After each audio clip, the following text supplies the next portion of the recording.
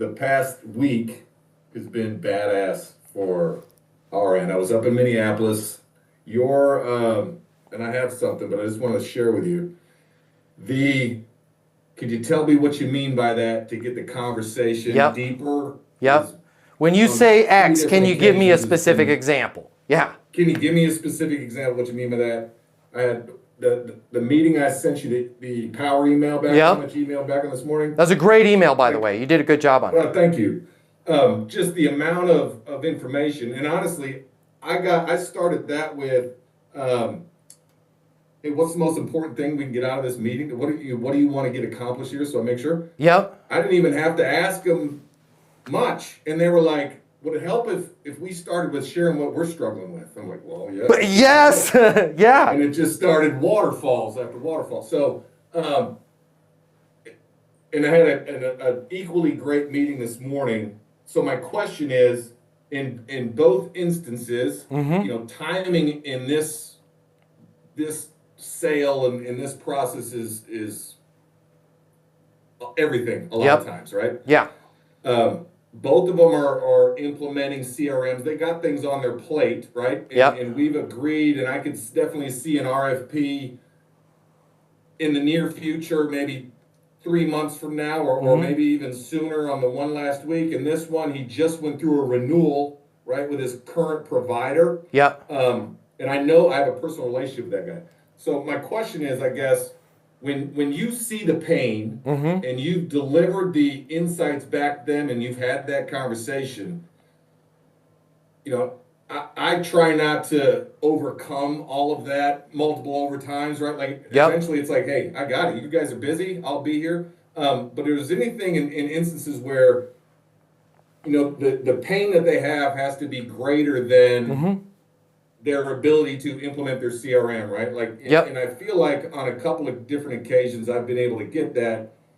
And I'm not saying that it's lost, but is there a way you navigate that with regards to, that verbiage of, we're in the middle of doing this and that and this thing, maybe 9 months from now or whatever, that type of kind of feedback when dealing with a really good conversation. Yeah. So I just wanted to throw that against the wall and see what you thought there. Yeah. So the way you want to deal with that is, first of all, in your head, don't you get unsold on the deal because there's a lot of hair on it, there's renewal dates, there's open enrollments, don't let that freak you out, because at the end of the day, if they're locked and loaded and ready to go, you're ready to go too. So what we want to do is we want to ask them if they're ready to go, but we know they're going to potentially be freaked out about some stuff. So this is why on the does it make sense to blank, right? Get us in place, have us take this over. We want to make sure we're doing a so you can, right? And the so you can needs to go back to all those problems that they had, and ideally, hopefully you were able to monetize those problems. Does it make sense for us to take over everything starting right now so you can put yourself in a position to keep the top performing associates that you have right now, attract new talent, and put yourself in a position to go from 65 million a year in top line revenue to north of 100 million by 2026, right? Well, we do have open enrollment periods. Got it. What are some of your thoughts? Right? I'm going to give them an opportunity to solve their problem. Well, there was an out clause on this with the legal there, and why don't we just start everything on your end? And I need to have legal check on us with the open enrollment. And let me run point on that, Chris. And then, but you start on your end. Like, it's amazing when you ask them what their thoughts are. They'll start to grab it. Perfect. That sounds great. If you want me to have my legal team peek at something, happy to help there. I'll start proceeding with all the documents there, right? Let's say they're like, I don't have any thoughts here. I'm not sure. Totally understand. What's a good next step for me, right? Well, I don't know because we have the open enrollment.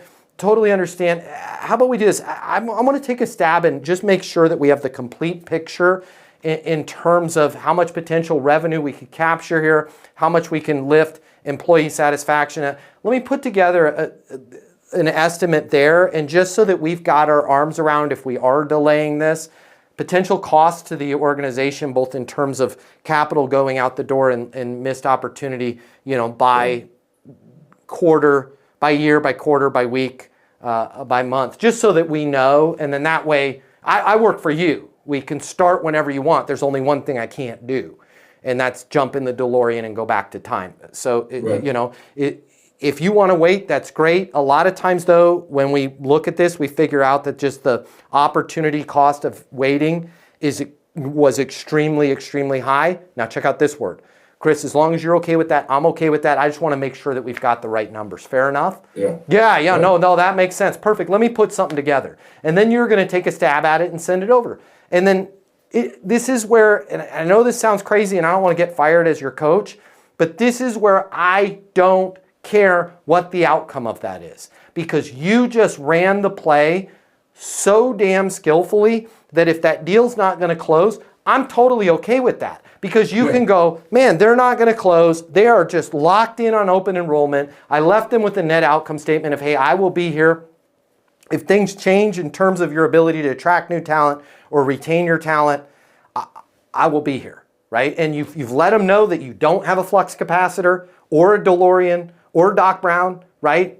And they're okay with that. I'm good. And then you can go out and work some other deals. But I think if you just slow down, and the key words here are the so you can. Because a lot of times we'll have a great meeting, right? And they'll forget the so you can. And that's the most important part. That's the thing that they're going to go into the board with and go, we have to move into a co-employment relationship because we have lost 3 of our top employees in the last quarter alone, and we have been unable, we have sent offers out to 7 different individuals that were a perfect fit for our organization, and 6 of them went to work someplace else because of the benefits in the package there. Guys, board, we can't continue this. Now, there is a bit of a penalty for us to leave our relationship.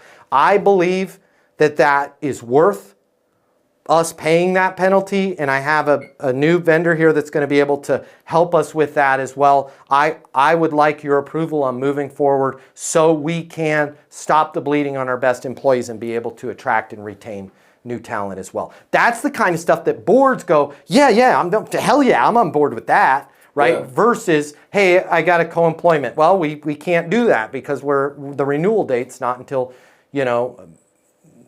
August of 26. Right? And again, if it is, now you know, and then you're still NSO. You know to call them back in June.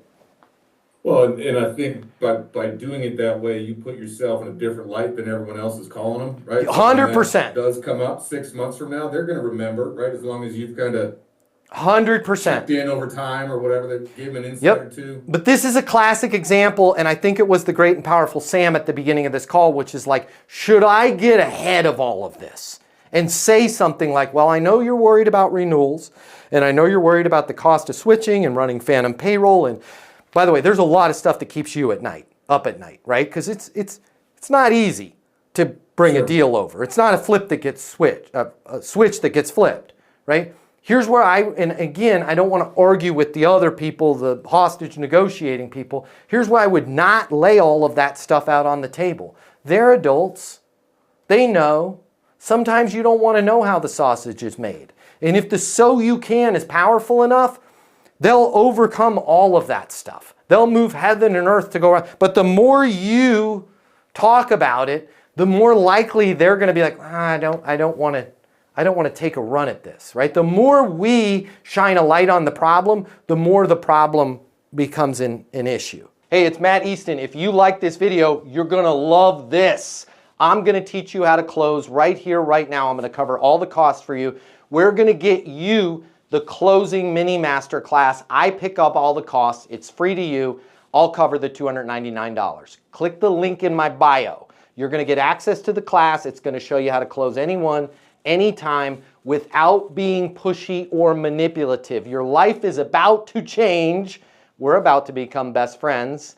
Click the link in my bio. I'll cover the cost for you to learn how to close.